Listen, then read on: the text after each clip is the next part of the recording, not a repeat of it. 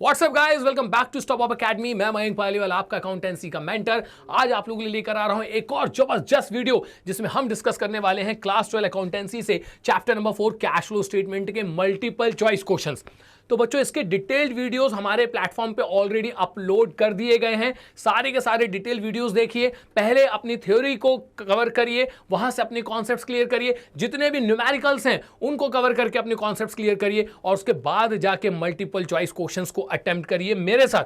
तो एक चीज मैं आपको बता दूं, जब भी मैं मल्टीपल चॉइस क्वेश्चंस पढ़ाता हूं हर बार आपको बताता हूं कि भाई यहां पे ना डू एंड डाई वाली सिचुएशन होती है। सही है तो सही है, गलत है तो गलत। तो ये तुक्केबाजी वाला पैटर्न ना आप लोग छोड़ दीजिए और हर एक क्वेश्चन का जो भी आंसर है, जो भी करेक्ट ऑप्शन है, उसके पीछे क्या लॉजिक है, इस लॉजिक के साथ आप लोग अपने सब्जेक्ट को बच्चों प्रिपेयर करिए, अपने कॉन्सेप्ट्स को प्रिपेयर करिए और आप देखेंगे कि एडवांटेज इससे मिलता है। ये सारी चीज़ें आप जितनी डिटेल में सीखेंगे ना, सीयूटी जैसे जो एग्जाम्स होते हैं ना बच्चों, उनके अंदर यही सिलेबस है और ये बड़ी आसानी से फिर आप लोग क्रैक कर लेंगे। तो मैं कह रहा हूँ अभी से अपने चैप्टर्स के आप ढेर सारे मल्टीपल चॉइस क्वेश्चंस अटेम्प्ट करते चलिए और आप देखिएगा सीयूटी जैसे एग्जाम्स जो होते हैं ना वो ऐसे ही क्रैक कर लेंगे आप लोग। तो यहाँ पर सबसे पहले क्वेश्चन में हमसे बोला जा रहा है capital gain tax paid on sale of fixed asset should be classified under. मतलब आपको यहाँ पे ये बताना है कि अगर आपने कोई एसेट बेचा, उसके ऊपर लग गया टैक्स, कौन सा टैक्स? Capital gain tax. तो हम उसको किस कैटेगरी में डालेंगे? वो ऑपरेटिंग एक्टिविटी कहलाएगा, इन्वेस्टिंग कहलाएगा या फिर वो फाइनेंसिंग कहलाएगा? तो पहले हम समझते हैं कि कैपिटल गेन टैक्स होता क्या है। तो जब कभी भी हम अपने एसेट्स, चलो एक एग्जांपल बना देता हूं कि मैंने एक बिल्डिंग ली थी 10 लाख रुपीस की और मैंने उसे बेच दी 10 लाख की जगह कितने में? 15 लाख रुपीस में। कितने का प्रॉफिट हुआ मुझे? सर 5 लाख रुपीस का प्रॉफिट हुआ। इस 5 लाख के प्रॉफिट पे जो टैक्स लगेगा उसे क्या बोला जाएगा? Capital gain tax. समझो भाई, गुड्स बेच के जो प्रॉफिट कमा रहे हो उसके टैक्स की बात नहीं की जा रही है। एसेट बेचने से जो प्रॉफिट हो रहा है उसके टैक्स की बात की जा रही है, उसे बोला जाता है कैपिटल गेन टैक्स। तो जरा मुझे आप लोग खुद ही बता देना, सेल ऑफ फिक्स्ड एसेट अपने आप में कौन सी एक्टिविटी है? इन्वेस्टिंग। तो इस पे लगने वाला टैक्स भी क्या कहलाएगा? इन्वेस्टिंग। इस तरीके से बच्चों आप लॉजिक निकाल कर हमारे जो करेक्ट आंसर है उसको पता लगाइए। तो करेक्ट आंसर निकल कर आएगा इन्वेस्टिंग एक्टिविटीज। अगले क्वेश्चन की तरफ चलते हैं। इस क्वेश्चन में आपसे बोला जा रहा है dash are non recurring in nature. मतलब ये अपने आप में कोई एक एक्टिविटी है and hence cash flow associated with extraordinary items. और अगर इस एक्टिविटी से कोई कैश का इनफ्लो और आउटफ्लो होता है तो हम उसको कहां पर लेकर जाएंगे? ऑपरेटिंग में लेके जाएंगे, इन्वेस्टिंग में लेके जाएंगे या फिर फाइनेंसिंग में लेके जाएंगे? तो भाई पहली बात तो ये अपने आप में नॉन रिकरिंग नेचर की एक्टिविटी है। मतलब ये ऐसी एक्टिविटी है जो बार बार नहीं होती। ऊपर से ये एक्टिविटी ना एक्स्ट्रा ऑर्डिनरी है। मतलब ना तो ये ऑपरेटिंग है, ना तो ये इन्वेस्टिंग है, ना तो ये फाइनेंसिंग है। बताओ इसको क्या बोला जाएगा बच्चों? इसको बोला जाएगा एक्स्ट्रा ऑर्डिनरी आइटम्स। मतलब कोई एक ऐसी एक्टिविटी या कोई एक ऐसा आइटम जो अपने आप में ऑर्डिनरी नहीं है। नॉर्मल कोर्स ऑफ बिजनेस में इन चीज की हैपनिंग्स बहुत ही कम होती हैं या होती ही नहीं है। इनको क्या बोला जाता है? Extra ordinary items. जैसे कि लॉस बाय फायर, आग लगने से कोई लॉस हो जाएगा तो एक चीज मुझे बताओ, क्या वो ऑपरेटिंग है? क्या मेरा काम है आग लगाना? इन्वेस्टिंग है? फाइनेंसिंग है? नहीं सर। तो इनको किस कैटेगरी में डाल दिया जाता है बच्चों? इनको डाल दिया जाता है एक्स्ट्राऑर्डिनरी आइटम्स की कैटेगरी में। तो इस तरीके से आप लॉजिक निकालो भाई, हर एक क्वेश्चन के पीछे कुछ ना कुछ लॉजिक है। Declaration of dividend of previous year will be classified as. पिछले साल जो डिविडेंड डिक्लेयर किया गया था उसका क्या ट्रीटमेंट है? आपको याद है हमने बहुत सारे न्यूमेरिकल्स किए जिसमें जो डिविडेंड हम लोग लेते थे करेंट ईयर में, वो हमेशा कौन से लेते थे? प्रीवियस ईयर का। ऐसा क्यों बच्चों? क्योंकि प्रीवियस ईयर में जो डिविडेंड डिक्लेयर होता है ना, उसे पे कब किया जाता है? करेंट ईयर में। तो ये आपके लिए कौन सा ऑप्शन बनेगा इसमें से? Cash flow from investing activities. Dividend देना इन्वेस्टिंग नहीं होता है। इसके बाद cash flow from operating activities in current year, ये भी ऑपरेटिंग एक्टिविटीज में इसका ट्रीटमेंट किया जाता है, लेकिन ये ऑपरेटिंग एक्टिविटी नहीं होता है। ये क्या है? Cash flow from financing activities in the current year. तो कहीं ना कहीं जो पिछले साल का डिविडेंड डिक्लेयर किया जाता है वो इस साल दिया जाता है, तो इससे कैश का क्या होता है? आउटफ्लो होता है under the head financing activities. तो आपका करेक्ट आंसर बनेगा बच्चों यहाँ पे ऑप्शन बी। चेक कर लो, बिल्कुल सही है। और आगे चलते हैं। नेक्स्ट क्वेश्चन में क्या बोला जा रहा है? ओ भाई इतना लंबा चौड़ा question. A company receives a dividend of rupees 2 lakhs on its investment. Investment किए थे उसके ऊपर मुझे डिविडेंड मिल रहा है। इन अदर कंपनी शेयर, ठीक है, हमारी कंपनी ने दूसरी कंपनी के शेयर्स में इन्वेस्ट किया था 2 लाख, जिसके ऊपर मुझे डिविडेंड मिल रहा है।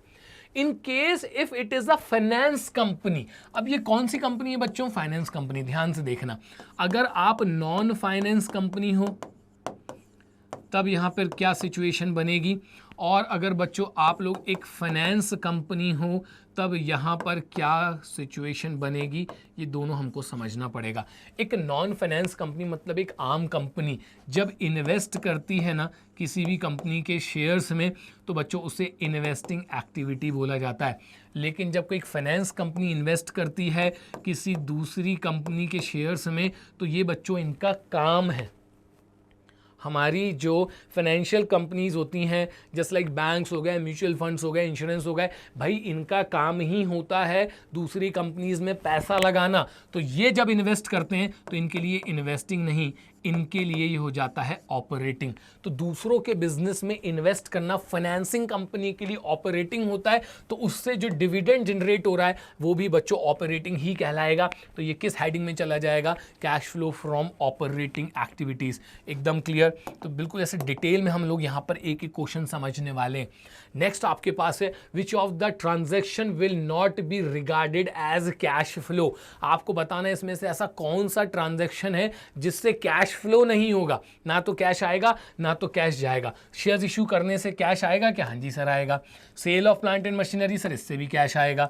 Redemption of preference share sir, इससे कैश जाएगा।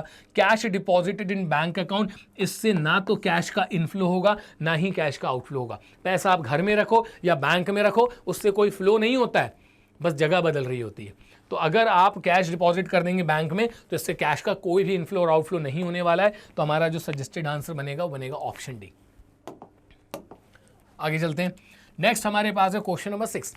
इसमें आपसे बोला जा रहा है which of the following will come under operating activity. हमको बताना है इसमें से वो कौन सा ऑप्शन है जो कि ऑपरेटिंग एक्टिविटी के अंदर आएगा। तो हर वो एक्टिविटी जो कि मेरे काम से रिलेटेड है वो होती है ऑपरेटिंग एक्टिविटीज। हम इनको प्रिंसिपल रेवेन्यू जनरेटिंग एक्टिविटीज भी बोलते हैं। Interest received on short term investments, ये आएगा क्या? भाई ये तो नहीं आ सकता। इसके बाद है issue of shares for cash, ये भी मेरा काम नहीं है। सेल ऑफ मार्केटेबल सिक्योरिटीज, ये भी मेरा काम नहीं है। Trading commission received by a manufacturing company, हाँ भैया ये हमारे काम से रिलेटेड है। चारों में से ये ऑपरेटिंग है। देखो यहां समझाता हूं। Interest received on short term investment, ये इन्वेस्टिंग है, इन्वेस्ट किया होगा तो आपको इंटरेस्ट मिल रहा है। इशू ऑफ शेयर्स, ये फाइनेंसिंग है। सेल ऑफ मार्केटेबल सिक्योरिटीज, ये तो कैश एंड कैश इक्विवेलेंट की कैटेगरी में चले जाता है। तो ट्रेडिंग कमीशन जो मिल रहा है किसी मैन्युफैक्चरिंग कंपनी को, उसके काम से रिलेटेड होता है। तो इनमें से डी वाला ऑप्शन जो है वो आप लोगों के लिए किस कैटेगरी में चले जाएगा? ऑपरेटिंग एक्टिविटीज की कैटेगरी में। नेक्स्ट अगले क्वेश्चन में हमसे क्या बोला जा रहा है? Cash flow from operating activities will decrease due to. आपको ये बताना है कि कैश फ्लो ऑपरेटिंग एक्टिविटीज में हमारा जो कैश है अगर वो डिक्रीज हो रहा है वो तो किन रीजन से होता है? इंक्रीज इन करंट एसेट्स, अगर आपके करंट एसेट्स बढ़ रहे हैं तो आपका क्या इससे कैश कम होगा? बिल्कुल कम होगा। मैं एग्जाम्पल के थ्रू बताता हूं। बच्चों आप लोगों ने ना गुड्स परचेज कर लिए, आपने स्टॉक परचेज किया, तो जैसे आप गुड्स परचेज करेंगे ना, इससे आपका जो स्टॉक है वो तो क्या हो जाएगा? इंक्रीज हो जाएगा। मतलब हमारा एक करंट एसेट तो यहाँ पर क्या हो रहा है? इंक्रीज हो रहा है, लेकिन अल्टीमेटली बच्चों इससे जो कैश है ना वो डिक्रीज हो जाएगा। क्यों भैया, पैसे नहीं दोगे क्या उसको? तो आप देखो कि करंट एसेट के इंक्रीज होने से कैश क्या हो गया? डिक्रीज हो गया। तो ये तो वो पूछ रहा है। दूसरा क्या है? डिक्रीज इन करंट लायबिलिटीज। मेरा कोई क्रेडिटर था, मुझे उसको 15,000 देने थे, अब मैंने उसमें से उसको 5,000 रुपीज़ दे दिए, तो मेरी लायबिलिटी कम हुई कि नहीं? 5,000 से हुई ना। लेकिन जैसे ही मैं उसको 5,000 दूंगा हमारा कैश भी क्या हो जाएगा? सर कम हो जाएगा। तो लायबिलिटी कम होने से भी कैश कम होता है और करंट एसेट्स के इंक्रीज होने से भी हमारा कैश जो है बच्चों क्या हो जाता है? कम हो जाता है। तो यहाँ पे हम बता सकते हैं कि करंट एसेट बढ़ेगा और करंट लायबिलिटीज़ कम होंगी, इन दोनों से ही हमारे ऑपरेटिंग एक्टिविटीज़ में कैश क्या होगा? डिक्रीज हो जाएगा। तो आंसर क्या बनेगा? Sir both A and be above. इस तरीके से, नहीं तो कुछ भी लगा के आ जाओगे चले जाएंगे एक नंबर। इस तरीके से लॉजिक बनाओ ना यार। गुड्स खरीदा, करंट एसेट बढ़ गया, कैश भी तो चला गया। तो यही तो पूछ रहा है कि क्या करंट एसेट बढ़ने से कैश कम हो सकता है? अभी हुआ ना। क्या करंट लायबिलिटीज कम होने से कैश कम हो सकता है? हुआ ना। तो बोथ ए एंड बी इसका आंसर बन जाएगा। Dash shows inflows and outflows of cash and cash equivalent from various activities of a company during a specified period. ओहो वाह, अब इससे आसान क्या हो सकता है? जो चैप्टर पढ़ रहे हैं वही इसका आंसर है। ऐसा कौन सा स्टेटमेंट होता है जो कि बताता है किधर कैश आ रहा है किधर कैश जा रहा है? Cash flow statement, fund flow statement नहीं बताता है, it is something different. Fund flow बच्चों आप लोग बीकॉम में पढ़ोगे। Which statement is incorrect regarding cash flow statement? ध्यान से देखा करो भाई, इनकरेक्ट बोला मतलब गलत वाला बताना है, कौन सा गलत है। A cash flow statement when used along with other financial statements provides information. Cash flow statement को दूसरे फाइनेंशियल स्टेटमेंट्स के साथ जब यूज करते हैं तो हमको बहुत सारी इंफॉर्मेशन मिलती है। सही बात है, इसमें गलत क्या है? The primary objective of cash flow statement, CFS here cash flow statement, the primary objective of cash flow statement is to provide useful information. Importantly मतलब जो हमारा प्राइमरी ऑब्जेक्टिव है कैश फ्लो स्टेटमेंट का वो ये है कि हम सारी इंफॉर्मेशन बताएंगे आपको किसके regarding? Cash inflows instead of cash flows. भाई ये बात तो गलत हो गई। कैश फ्लो स्टेटमेंट तो दोनों को तवज्जो देता है कि कितना कैश आ रहा है और कितना कैश जा रहा है, लेकिन ये क्या कह रहे हैं? सिर्फ कितना कैश आ रहा है उसको इंपॉर्टेंस देता है, कितना कैश जा रहा है उसको इंपॉर्टेंस नहीं देता। गलत बोल रहे हैं आप, गलत बोल रहे हैं आप, ये गलत है। It also enhance the comparability of the reporting of operating performance. हाँ जी बिल्कुल, ये बात बिल्कुल सही है। ऑपरेटिंग से कितना कैश जनरेट हो रहा है उसको आप कंपेयर कर सकते हो साल दर साल। It also helps in balancing its cash inflows and cash outflows, keeping response to changing condition। ये बात भी बिल्कुल सही है। यहाँ पर बी वाला ऑप्शन गलत है, जो कि हमसे ये कह रहा है कि कैश फ्लो स्टेटमेंट सिर्फ एक तरफा कहता है कि भाई इनफ्लोज बताएंगे, आउटफ्लोज नहीं बताएंगे। ऐसा नहीं, ये गलत है, बाकी सारी चीज़ें सही हैं। तो ऑप्शन बी बच्चों यहाँ पे आपका जो है वो बन जाएगा करेक्ट आंसर। चलिए नेक्स्ट क्वेश्चन में देख लेते हैं। नेक्स्ट क्वेश्चन में हमसे बोला जा रहा है dash are acquisition and disposal. Acquisition का मतलब क्या होता है सर? परचेज करना। डिस्पोजल का मतलब क्या होता है सर? सेल करना। तो purchase and sale of long term assets, बस यहीं पे पूरा खेल हो गया बच्चों, यहीं से समझ में आ गया। एसेट की बात की जा रही है ना, नॉन करंट एसेट्स की बात की जा रही है, इन्वेस्टिंग एक्टिविटी बनेगा। And other investments not included in cash equivalent. तो purchase and sale of assets लेना है आपको, long term assets, and purchase and sale of investments लेना है, वो इन्वेस्टमेंट्स जो कि कैश इक्विवेलेंट के अंदर नहीं आते हैं। मतलब बात की जा रही है करंट इन्वेस्टमेंट्स की। करंट इन्वेस्टमेंट का परचेज सेल नहीं आएगा इसके अंदर, लेकिन अगर आपके इसके अलावा कोई से इन्वेस्टमेंट है वो, और इसके अलावा जो हमारे पास फिक्स एसेट्स होते हैं उनका खरीदना बेचना किस कैटेगरी में चले जाएगा? इन्वेस्टिंग एक्टिविटीज की कैटेगरी में। तो हमारा सजेस्टेड आंसर क्या बनेगा बच्चों? Option B. चलते हैं अगले क्वेश्चन की तरफ। अगले क्वेश्चन में आपसे बोला जा रहा है while preparing cash flow statement. ठीक, non cash items, non cash items क्या होते हैं भाई? Just like depreciation, goodwill return off, ये सब कैश में डील नहीं होते हैं ना। And non operating items are not required to be adjusted under non cash method, residual method, direct method. वो कौन सी मेथड है जिसके अंदर नॉन कैश ट्रांजैक्शंस और नॉन ऑपरेटिंग ट्रांजैक्शंस को ट्रीट करने की जरूरत ही नहीं है? उसे बोला जाता है बच्चों डायरेक्ट मेथड। हमारे पास कैश फ्लो स्टेटमेंट बनाने के दो मेथड होते हैं, डायरेक्ट और इनडायरेक्ट। अपने सिलेबस में ना इनडायरेक्ट होती है, तो डायरेक्ट मेथड का चूंकि आपको मैं बता दूं, थोड़ा सा नॉलेज यहाँ पे दे देता हूँ। इस पर्टिकुलर मेथड के अंदर non cash item just like depreciation, goodwill return of, ठीक है, ये सारी चीजें कंसिडर नहीं की जाती। इसके अलावा नॉन ऑपरेटिंग आइटम्स को भी एडजस्ट करने की जरूरत नहीं पड़ती है। Next question, which is incorrect? Incorrect, गलत बात ढूंढनी है। Cash flow under financing activities. ठीक है भाई, फाइनेंसिंग के अंदर कौन सी बात गलत है, ये बात हमने पता लगानी है। Cash purchase of machinery and plant, क्या ये बात गलत है? हाँ जी भैया, ये बात गलत है, ये तो इन्वेस्टिंग होता है, फाइनेंसिंग के अंदर थोड़ी नहीं आता है। Cash repayment of amounts borrowed, ये फाइनेंसिंग से रिलेटेड है, मतलब ये बात सही है। Dividend paid on equity shares, ये भी फाइनेंसिंग से रिलेटेड है, ये बात सही है। इंटरेस्ट पेड ऑन डिबेंचर्स, ये भी फाइनेंसिंग से रिलेटेड है, ये बात सही है। मतलब तीनों ऑप्शंस फाइनेंस से जुड़े हुए हैं, तो ये चीज़ सही है। लेकिन ये जो है ना, ये इन्वेस्टिंग से जुड़ी हुई है, तो ये फाइनेंसिंग के अंदर कैसे आ सकती है? तो हमारा जो सजेस्टेड आंसर बनेगा कि इनमें से कौन सी एक्टिविटी फाइनेंसिंग नहीं है? पहली वाली एक्टिविटी फाइनेंसिंग नहीं है, क्योंकि वो इन्वेस्टिंग है। चेक कर लीजिए आपका आंसर। आगे चलते हैं बच्चों। नेक्स्ट क्वेश्चन में हमारे पास क्या है? Against the changes in current assets and liabilities during the period, adjustment should be made as increase in current assets and decrease in current liabilities are to be। अच्छा भाई, इन शॉर्ट आपको ये बताना है कि जब भी आपके करंट एसेट्स बढ़ते हैं उसका क्या ट्रीटमेंट होता है? सर उसे ना हम लोग operating profit before change in working capital में लेस कर देते हैं। और आपकी जब भी करंट लायबिलिटीज डिक्रीज होती है सर इसको भी लेस ही करते हैं, तो आंसर आएगा इसमें से डिडक्टेड। तो सजेस्टेड आंसर हमारा क्या बन जाएगा sir? Option D. Next question में हमसे क्या बोला जा रहा है? Which of these belongs to operating activity, बताना इनमें से कौन सी ऑपरेटिंग है। ऑपरेटिंग मतलब हमारे काम से, ठीक है। रिडेम्पशन ऑफ प्रेफरेंशियल्स, ये ऑपरेटिंग नहीं है सर, ये फाइनेंसिंग होती है। Receipt from royalties and purchase of inventory, हाँ भैया ये मेरे काम से रिलेटेड है, रॉयल्टी मिलना, आपकी इन्वेंट्री खरीदना बेचना, ये सब ऑपरेटिंग होता है। Proceed from issue of equity shares, ये नहीं है क्योंकि ये फाइनेंसिंग एक्टिविटी होती है। प्रोक्योरमेंट ऑफ लोन्स, ये भी फाइनेंसिंग एक्टिविटी होती है। तो इनमें से कौन सी एक्टिविटी फाइनेंसिंग है? Receipt from royalties and purchase of inventories. तो बच्चों आपका जो आंसर बनेगा वो बनेगा ऑप्शन बी। नेक्स्ट क्वेश्चन में क्या रखा है? नेक्स्ट क्वेश्चन में आपसे बोला यार, अच्छा न्यूमेरिकल टाइप का क्वेश्चन है, तो मैं इसको यहां से देखता हूं। If the net profit earn during the year is 50,000, हमारा जो प्रॉफिट है साल का वो कितना है? 50,000। Number of debtors in the beginning and at the end, तो ये आपके जो है ओपनिंग बैलेंस है डेटर का, और ये बच्चों जो है आपका क्लोजिंग बैलेंस है। तो यहां पर क्या हो रहा है? ओपनिंग में आपके करंट एसेट्स 10,000 के हैं, क्लोजिंग में आपके करंट एसेट्स 20,000 के हो रहे हैं, मतलब इंक्रीज इन करंट एसेट्स। अब कैश फ्लो स्टेटमेंट तो आप भी बनाते हो, ऑपरेटिंग में पूरा का पूरा फॉर्मेट आता है जहां पर हम लोग करंट एसेट्स और करंट लायबिलिटीज का क्या करते हैं? ट्रीटमेंट करते हैं। वहां पर बच्चों जब कभी भी आपके करंट एसेट्स इंक्रीज होते हैं, हमें उसको क्या करना पड़ता है? सर लेस करना पड़ता है। तो 10,000 से करंट एसेट मेरा इंक्रीज हो रहा है, तो उसको सब्ट्रैक्ट करने के बाद बच्चों मेरा जो यहाँ पे निकल कर आएगा वैल्यू, कितना निकल कर आएगा? 40,000। तो cash flow from operating activities जो है हमारी किसके बराबर होगी? 40,000 के। किस ऑप्शन में गिवन है? ऑप्शन डी में। तो यहाँ पे हमारा सजेस्टेड आंसर हो जाएगा बच्चों 40,000। नेक्स्ट क्वेश्चन की तरफ बढ़ते हैं।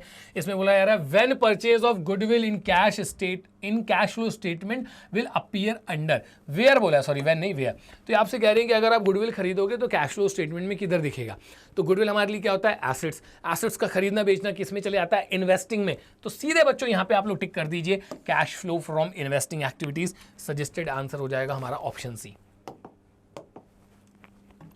नेक्स्ट क्वेश्चन में क्या है? फिर से न्यूमेरिकल है। From the following information find the cash flow. Okay. Operating profit before change in working capital मुझे गिवन है 1 लाख रुपीज का। ये बच्चों operating profit before change in working capital निकाल के हमको दे दिया 1 लाख का। डेप्रिसिएशन, भाई डेप्रिसिएशन तो आएगी नहीं ना। इधर देखो, हमारा जो नेट प्रॉफिट बिफोर टैक्स होता है, उसके बाद यहां से लेके यहां तक कुछ एडजस्टमेंट्स करने पड़ते हैं, तब जाके वो क्या बनता है? Operating profit before change in working capital. ये आइटम मुझे पहले से गिवन है। अब यहां पे जो भी आइटम आते हैं मैं उनको नहीं ले सकता, जैसे कि डेप्रिसिएशन, ये इधर ही आता है, इसको नहीं लूंगा क्योंकि मुझे तो भाई operating profit before change in working capital directly given है ना, डेप्रिसिएशन नहीं ले सकता। Loss on sale of machinery या एसेट या फर्नीचर, सर वो भी इधर ही आता है, उसको भी मत लो, उसको भी मत लो। इसके बाद इंटरेस्ट पेड, सर ये भी इधर ही आता है, इसको भी मत लो, इंटरेस्ट को। और क्या गिवन है? उसके बाद गिवन है इंक्रीज इन डेटर्स। हाँ अब ये इधर आते हैं ना सर, इंक्रीज इन एसेट्स में, करंट एसेट्स करंट लायबिलिटीज में ट्रीटमेंट करते हैं, उसको ले लूंगा। तो यहाँ पर क्या हो रहा है? डेटर्स जो है मेरे बढ़ रहे हैं। तो ये मेरा profit before change in working capital कितना गिवन है सर? 1 लाख। अब करंट एसेट बढ़ रहा है तो क्या करना पड़ता है सर? लेस करना पड़ता है। Decrease in stock, current asset कम हो रहा है तो ऐड करना पड़ता है। Increase in creditors, current liabilities बढ़ रही है तो सर ऐड करना पड़ता है। तो भाई यहाँ पे जरा प्लस माइनस कर लो, कितना निकल कर आ रहा है? 1,03,000। तो कैश जनरेटेड फ्रॉम ऑपरेशंस मेरा क्या बनेगा? 1,03,000। किधर चला गया सर? Option number B. तो जिन चीज़ों की जरूरत है वही उठाना, अननेसेसरी आप लोग किसी और पे टिक करके मत आ जाना। इसमें जरूर ऐसा कोई ना कोई गलत आंसर बनेगा जिसमें बाकी की चीज़ें भी अगर आप कंसिडर कर लोगे तो ये जानबूझ के ऐसे आंसर्स देते हैं कि आप लोग पहले जाके गलत टिक करें। Which of the following statement is और आर करेक्ट? सही बताना है। Dividend paid is always shown as operating activity, गलत जवाब। ट्रीटमेंट किया जाता है ऑपरेटिंग एक्टिविटी में, होती फाइनेंसिंग एक्टिविटी है। Depreciation amortisation being non cash expense are deducted from net profit before tax. नहीं भाई, डिडक्शन नहीं किया जाता है, गलत बात लिखी, एडिशन किया जाता है। Both A and B.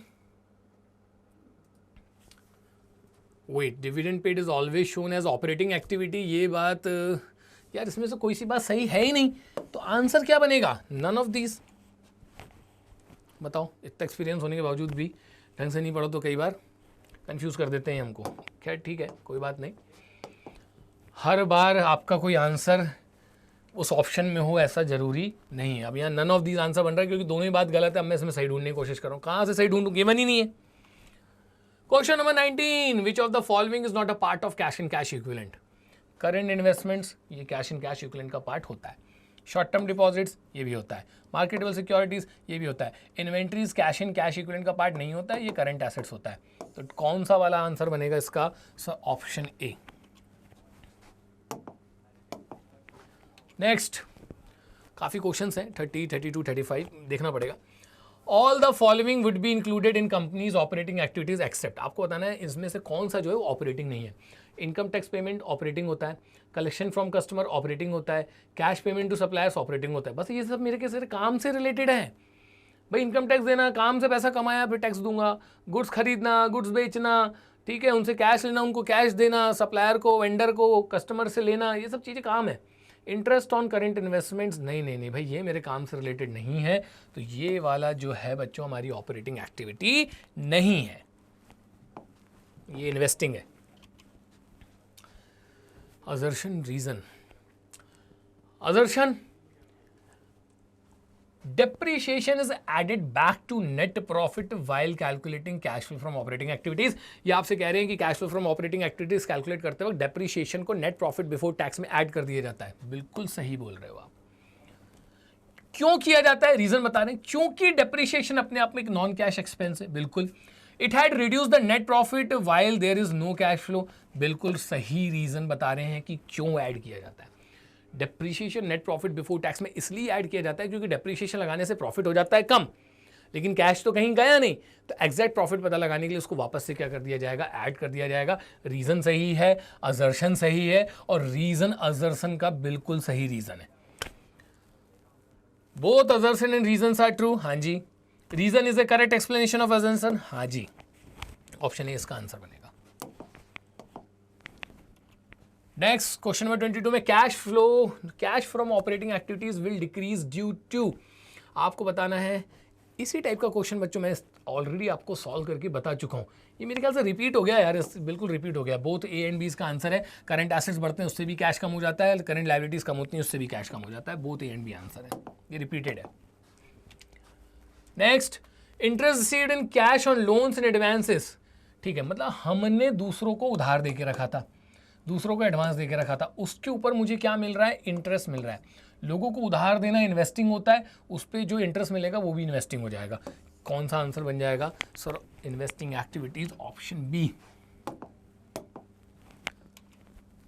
Question number 24, an example of cash flows from financing activity. तो आपने बताना इनमें से कौन सा वाला फाइनेंसिंग है। गुड्स बेचना, सर ये तो ऑपरेटिंग होता है, काम से रिलेटेड है। सेल ऑफ इन्वेस्टमेंट्स, एसेट बेचना खरीदना, सर ये तो इन्वेस्टिंग होता है। Cash receipt from issue of shares, हाँ जी सर यही फाइनेंसिंग है। मैं मयंक सर आपके हमेशा बताते हैं फाइनेंसिंग का मतलब होता है हर वो एक्टिविटी जहाँ से फंड रेज किए जाते हैं एंड देन आफ्टर उनका रीपेमेंट किया जाता है। इंटरेस्ट रिसीव्ड ये भी इन्वेस्टिंग ही है सर। तो सजेस्टेड आंसर में क्या जाएगा सर? Option C. चेक कर लीजिए, बिल्कुल सही है। बस थोड़े से मल्टीपल चॉइस क्वेश्चंस और बचे बच्चों, लेकिन जितने ज़्यादा करोगे उतनी नॉलेज बढ़ेगी। स्टेटमेंट निकल कर आ रहा है, अच्छा स्टेटमेंट ही है बस। Rent paid will be classified under operating activity while preparing cash flow statement. हाँ जी भैया बिल्कुल बात सही है, रेंट पे करना हमारे काम से जुड़ा हुआ है, ये बिल्कुल ऑपरेटिंग एक्टिविटी है। Interest received in cash on loans and advances results in cash flow from investing activities, बिल्कुल सही। अभी पीछे तो पढ़कर आ रहे हैं कि लोन्स और एडवांसेस हम दूसरों को देते हैं, ये इन्वेस्टिंग एक्टिविटी, उस पर इंटरेस्ट मिलने वाला भी इन्वेस्टिंग ही होता है। दोनों स्टेटमेंट सही हैं, both the statements are true बच्चों। इसका जो है करेक्ट आंसर हो जाएगा। किसी भी आपको मल्टीपल चॉइस क्वेश्चन में कोई प्रॉब्लम जाए ना, या फिर आपसे कोई ऐसा मल्टीपल चॉइस क्वेश्चन है जो बन नहीं रहा हो, आप कमेंट बॉक्स में जाके डाल दीजिएगा, उसका लॉजिक के साथ बच्चों मैं एक्सप्लेन कर दूंगा। नेक्स्ट हमारे पास है यहाँ पे, which of the following item is not considered as cash equivalent. इनमें से कौन सा कैश इक्विवेलेंट नहीं है? बैंक बैलेंस, हाँ जी भैया कैश के जैसे ही होता है। कमर्शियल पेपर्स, ट्रेजरी बिल्स और इन्वेस्टमेंट। कमर्शियल पेपर्स को भी बहुत जल्दी कैश में कन्वर्ट किया जा सकता है, ट्रेजरी बिल्स को भी किया जा सकता है। अब ये जो इन्वेस्टमेंट है ना, ये आपके लॉन्ग टर्म वाले इन्वेस्टमेंट्स होंगे जरूर, इनको आसानी से कैश में कन्वर्ट नहीं किया जा सकता, इसलिए कैश इक्विवेलेंट नहीं है। लेकिन इन्वेस्टमेंट के आगे करंट इन्वेस्टमेंट लिख जाता ना, तो ये हमारा कैश इक्विवेलेंट की कैटेगरी में आ जाता। तो ये भी हमने क्लियर कर लिया है बच्चों। इन तीनों को बड़ी आसानी से कैश में with a definite value convert किया जा सकता है, इसका नहीं पता। Cash flow statement is prepared form कहाँ से बनाया जाता है? बैलेंस शीट के फिगर्स लिए जाते हैं, यस। प्रॉफिट एंड लॉस के फिगर्स लिए जाते हैं, यस। एडिशनल इन्फॉर्मेशन ली जाती है, यस। तो कहाँ से बनाया जाता है? इन सारे ही सोर्सेज से आपका कैश फ्लो स्टेटमेंट जो है वो तैयार किया जाता है। नेक्स्ट हमारे पास है question number 28, which one of following is not a non cash item? Non cash बताना है, मतलब जिसमें कैश का इन्वॉल्वमेंट नहीं होगा। कैश सेल्स में कैश का इन्वॉल्वमेंट होता है। नॉन कैश, ओके, उल्टा हो रहा है यार, तो is not a non cash. अच्छा फाइन, ये सर ये नॉन कैश है, ये भी नॉन कैश है, ये भी नॉन कैश है। सर ये कैश सेल्स वाला नॉन कैश नहीं है। नॉन कैश मतलब जिसमें कैश है, किसमें कैश है? सिर्फ और सिर्फ कैश सेल्स में, बाकी सब नॉन कैश है। मतलब ये वो ट्रांजेक्शन है जिसमें कैश का कोई इनफ्लो आउटफ्लो नहीं होता है, कैश का कोई लेन देन नहीं होता है। तो हमें बताना है कि कौन सा नहीं है, तो कैश सेल्स वाला इसके अंदर कंसिडर नहीं किया जाएगा। Redemption of debentures preferentials results into, देखो बड़ा जबरदस्त क्वेश्चन है यार ये तो। जब आप डिबेंचर्स और प्रेफरेंशियल्स का पैसा लौटाते हैं तो क्या वो सोर्स ऑफ फंड है? नहीं। नो फ्लो, नहीं, फ्लो तो होगा। नो फ्लो ऑफ कैश इधर भी होगा। Use and application of fund, basically जब आप रिडेम्पशन ऑफ डिबेंचर्स और प्रेफरेंशियल्स का रिडेम्पशन करते हैं तो आपको यहाँ पे ये पता चल रहा है कि आपके पास जो पैसा था वो कहाँ चला गया। तो आपके पास जो पैसा था वो आपने डिबेंचर्स और प्रेफरेंस शेयर होल्डर्स का पैसा लौटाने में लगा दिया, तो क्या बन गया? यूज और एप्लीकेशन ऑफ फंड्स। ऐसे भी सोचना पड़ता है। तो यहाँ पे ऑप्शन बी हमारे लिए करेक्ट आंसर हो जाएगा। नेक्स्ट बच्चों, while calculating cash flow from operating activities which is added net profit, इनमें से क्या ऐड होता है? Increase in stock, increase in current assets, sir ये तो लेस होता है। डिक्रीज इन स्टॉक, हाँ जी सर ये ऐड होता है। इंक्रीज इन डेटर्स, मतलब आपके करंट एसेट्स बढ़ रहे हैं, लेस होता है। Decrease in creditors, current liabilities कम हो रही, लेस होता है। तो इनमें से डिक्रीज इन स्टॉक जो होता है वो हमारा ऑपरेटिंग एक्टिविटीज का कैश जनरेटेड पता लगाने वक्त प्रॉफिट में ऐड किया जाता है। Cash flow statement is related to accounting standard 3, वो भी रिवाइज्ड। बाकी हमारे सिलेबस में होते नहीं इसलिए मैं बता नहीं रहा हूं। Following is included in cash flow from operating activities, कौन सा इनमें से होता है? रॉयल्टीज, फीस, कमीशन, ये मेरे काम से रिलेटेड है सर, ये ऑपरेटिंग है। परचेज ऑफ डिवेंचर्स, सर ये तो इन्वेस्टिंग है, डिवेंचर्स में इन्वेस्ट करना, इशू करने की बात नहीं की जा रही है। परचेज ऑफ मशीनरी, सर ये भी इन्वेस्टिंग है। इशू ऑफ शेयर्स, सर ये फाइनेंसिंग है। तो ऑप्शन में सर मेरे पास आ जाएगा ए, रॉयल्टीज, फीस और कमीशन लेना हमारे लिए ऑपरेटिंग एक्टिविटी है। तो यहाँ देख सकते हैं बच्चों, हमने बहुत सारे मल्टीपल चॉइस क्वेश्चंस कवर कर लिए हैं कैश फ्लो स्टेटमेंट के। बच्चों इसका पूरा डिटेल वीडियो भी ऑलरेडी तैयार है। बहुत इंपॉर्टेंट चैप्टर्स में से एक है, साल में 2 बार अटेम्प्ट करना पड़ता है, एक बार 80 मार्क्स के अंदर और एक बार 20 मार्क्स के अंदर। तो इंपॉर्टेंट समझ जाइए कि भाई एक ही चैप्टर 2 बार साल में पूछा जा रहा है। तो बहुत अच्छे से इसको कंप्लीट करिएगा। सारे डिटेल्ड लेक्चर्स यहाँ पर आप लोगों के लिए अपलोड कर दिए गए, मल्टीपल चॉइस क्वेश्चंस भी अपलोड कर दिए गए। मिलते हैं बच्चों अगले वीडियो में। Thanks for watching. जय हिंद।